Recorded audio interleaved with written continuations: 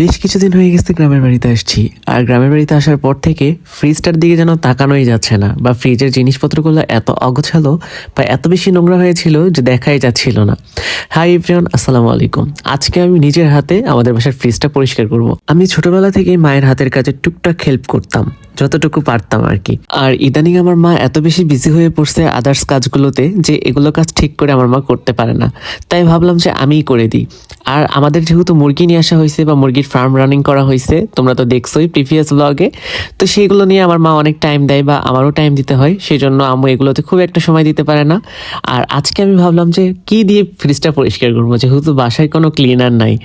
তারপর আমি ভাবলাম যে আজকে না হয় ভীম দিয়ে পরিষ্কার করা যাক, দেখি ভীম দিয়ে পানির সাথে মিক্সড করে ফ্রিজটা পরিষ্কার করা যায় নাকি। ফ্রিজ পরিষ্কার করতে হলে ফ্রিজের লাইনটা আগে থেকে অফ করলে অনেক বেশি ভালো হয়। ডিপে বড় বড় এরিয়া নিয়ে যে বরফগুলো জমে থাকে সেগুলো অটোমেটিক্যালি খুলে খুলে পড়ে যায়। তো আমার এটাই ভুল হয়েছে যে আগে থেকে ফ্রিজের লাইনটা আমি অফ করি নাই। আর এখন যেগুলো ফ্রিজের ভিতরে ছিল, মাছ আইটেম বা অনেকগুলো আটা আম্মু রেখেছিল ফ্রিজের ভিতরে, তারপরে ইলিশ মাছ, এই মাছ সেই মাছ, অনেক মাছ আম্মু রাখছিল, সেগুলো তো একদম ফ্রিজটা নোংরা হয়ে গেছিল। সেগুলো একটা একটা করে তুলতেছিলাম, তুলতে কষ্টই হচ্ছিল কারণ একদম জমে জমে গেছে বলতেছিলাম। অনেকেই হয়তো ভাবতেছো this is the first time কাউকে দেখলাম যে এরকম কোট পরে ফ্রিজ পরিষ্কার করে। আসলে আমি বাইরে থেকে এসে হুট করেই ভাবছি যে এইভাবে পরিষ্কার করব, আর যেহেতু তোমাদের মাঝে একটু একটু দেখাতে হবে যে কিভাবে পরিষ্কার করলাম না করলাম, তাই নিজের গেট আপটা আর কি কোট পরে বাইরে গেছিলাম, সেটা আর চেঞ্জ করি নাই। তো চেঞ্জ করতে হবে, তাছাড়া আমি ফ্রিজটা ক্লিনিং করতে পারবো না, এই কোটটা একদম নোংরা হয়ে যাবে। তো তারপরে আমি মাছগুলো বের করে নিয়েছিলাম, নিচের ড্রয়ার থেকে বের করলাম, উপরের ড্রয়ার থেকে বের করলাম। নর্মালটাও এত বেশি নোংরা ছিল যা বলার বাইরে, দেখতে পাচ্ছ তোমরা যে এত বেশি নোংরা হয়েছে যে জমে গেছে। আমি ভাবতেছি কিভাবে আর কতক্ষণ সময় নিয়ে এটা পরিষ্কার করব। আমার একটা প্ল্যানিং ছিল যে আজকে একটা জায়গায় ভ্লগ করতে যাব, তো সেই প্ল্যানিংটা একদম ভেস্তে গেল। সেই প্ল্যানিংটা করলে এখন আর চলবে না, কারণ আমি ফ্রিজ থেকে সবকিছু নামানো অলরেডি শুরু করে দিয়েছি, তো ওই প্ল্যানিংটা আজকে ক্যান্সেল। ধীরে ধীরে সব কিছুই নামিয়ে ফ্রিজটা খালি করতেছিলাম, কারণ ফ্রিজটা পরিষ্কার করতে হলে ফ্রিজটা খালি করতে হবে।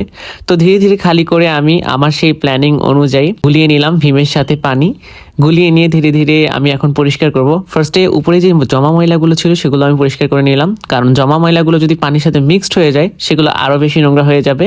সেই জন্য আমি জমা ময়লাগুলো আগে তুলে নিলাম, তারপরে আমি ধীরে ধীরে সেই ভীমের পানি দিয়ে আমি ফ্রিজ পরিষ্কার করতেছি, তোমরা দেখতে পাচ্ছ।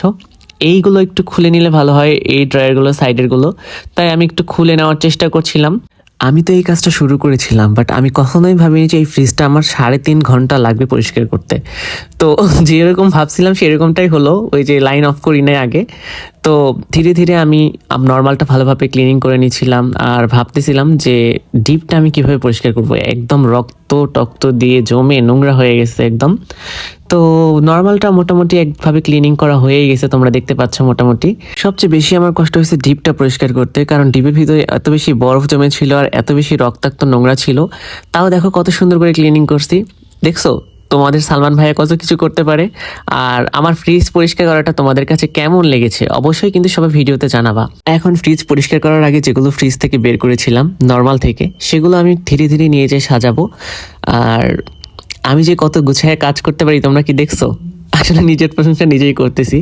তোমরা একটু বলে যাবা যে আমার ফ্রিজ পরিষ্কার করাটা আজকে কেমন হয়েছে, বা আমি কি প্রপারভাবে পরিষ্কার করতে পারছি নাকি আরও বেশি ক্লিনিং করার দরকার ছিল।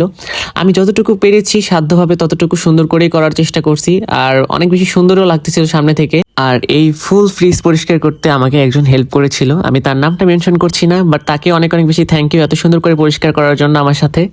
তো নেক্সট ব্লগে দেখা হচ্ছে গাইস, টাটা।